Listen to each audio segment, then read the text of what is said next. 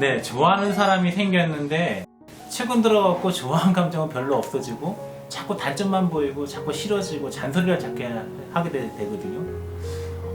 근데 그 처음에는 좋았던 감정이 왜 이렇게 변해갖고 나를 갖다가 힘들게 할까요? 이런 질문들을 많이 합니다. 여성들이 특히. 사랑에도 그럼 과연 유통기한이 있는 건가요? 이렇게 질문하기도 하고요. 1973년대에 지쿠 루빈이라는 사람이 사랑을 정의했는데요. 첫 번째가 관심이고, 두 번째가 애착이고, 세 번째가 친밀감이라고 얘기했습니다. 상대방의 만족과 행복이 자신의 행복만큼이나 중요하다고 느끼는 것이 바로 관심이래요. 관심이고, 두 번째로는 이제 그 사람과 함께 있고 싶은 그 사람한테 인정받고 싶은 그런 욕구가 바로 또 애착이라고 얘기를 하고요. 세 번째로는 그 사람하고 나하고의 서로 둘만이 아는 어떤 그런 비밀, 둘만이 얘기할 수 있는 가깝고도 어떤 그런 의사소통, 은밀한 의사소통이 바로 친밀감으로 이렇게 세 가지로 다 나눠지고 있다고 그래요. 좋아하는 사람이나 아니면은 특히 이제 애인을 갖다 만나게 되면요, 이 세 가지 관심이나 애착이나 이 친밀감이 그 바탕으로 이제 사랑이라는 게 시작이 되는데, 생제계, 사는 것이 바로 사랑하는 것이다 이렇게 얘기했듯이 그런 거 과연 이런 사랑하는 게 말처럼 이렇게 쉽게 될까요? 사랑학자가 얘기한 거는 이제 차지하고서도 사랑이라는 게 과연 사람한테 동등하게 갈까요? 제가 질문을 드려봅니다.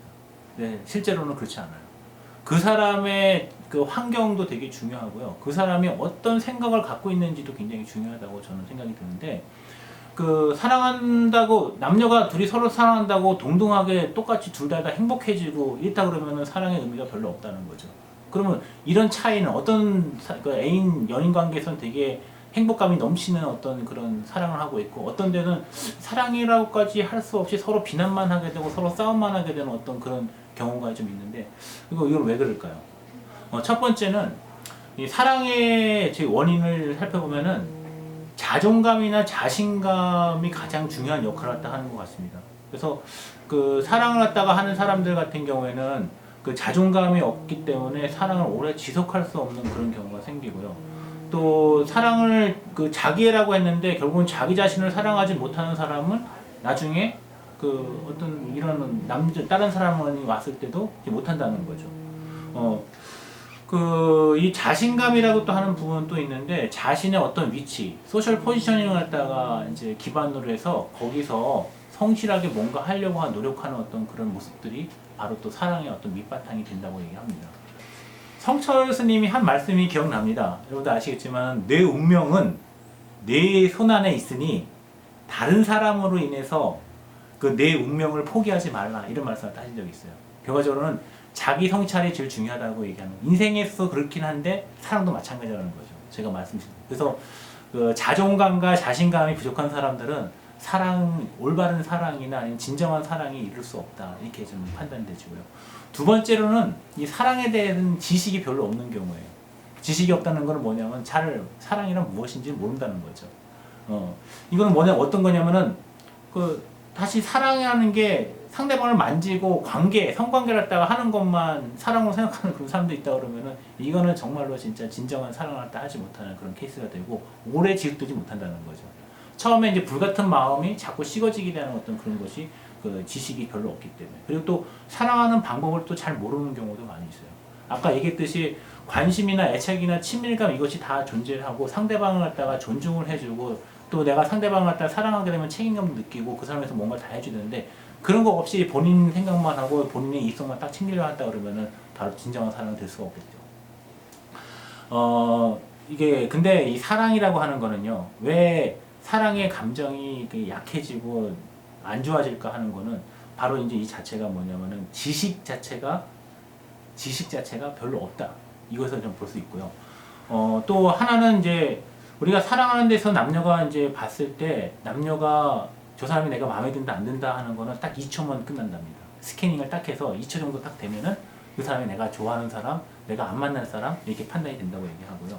근데 이런 2초간에 만들어지는 사랑의 콩깍지를 만들어주는 호르몬이 페닐에틸아민이라는 그런 마약과 같은 호르몬이라고 말씀드릴 수가 있는데, 이 호르몬이 그 상대를 쳐다보기만 해도 넉넉해 해주는 어떤 그런 호르몬인데 이 호르몬 자체가 유통기한이 있어요.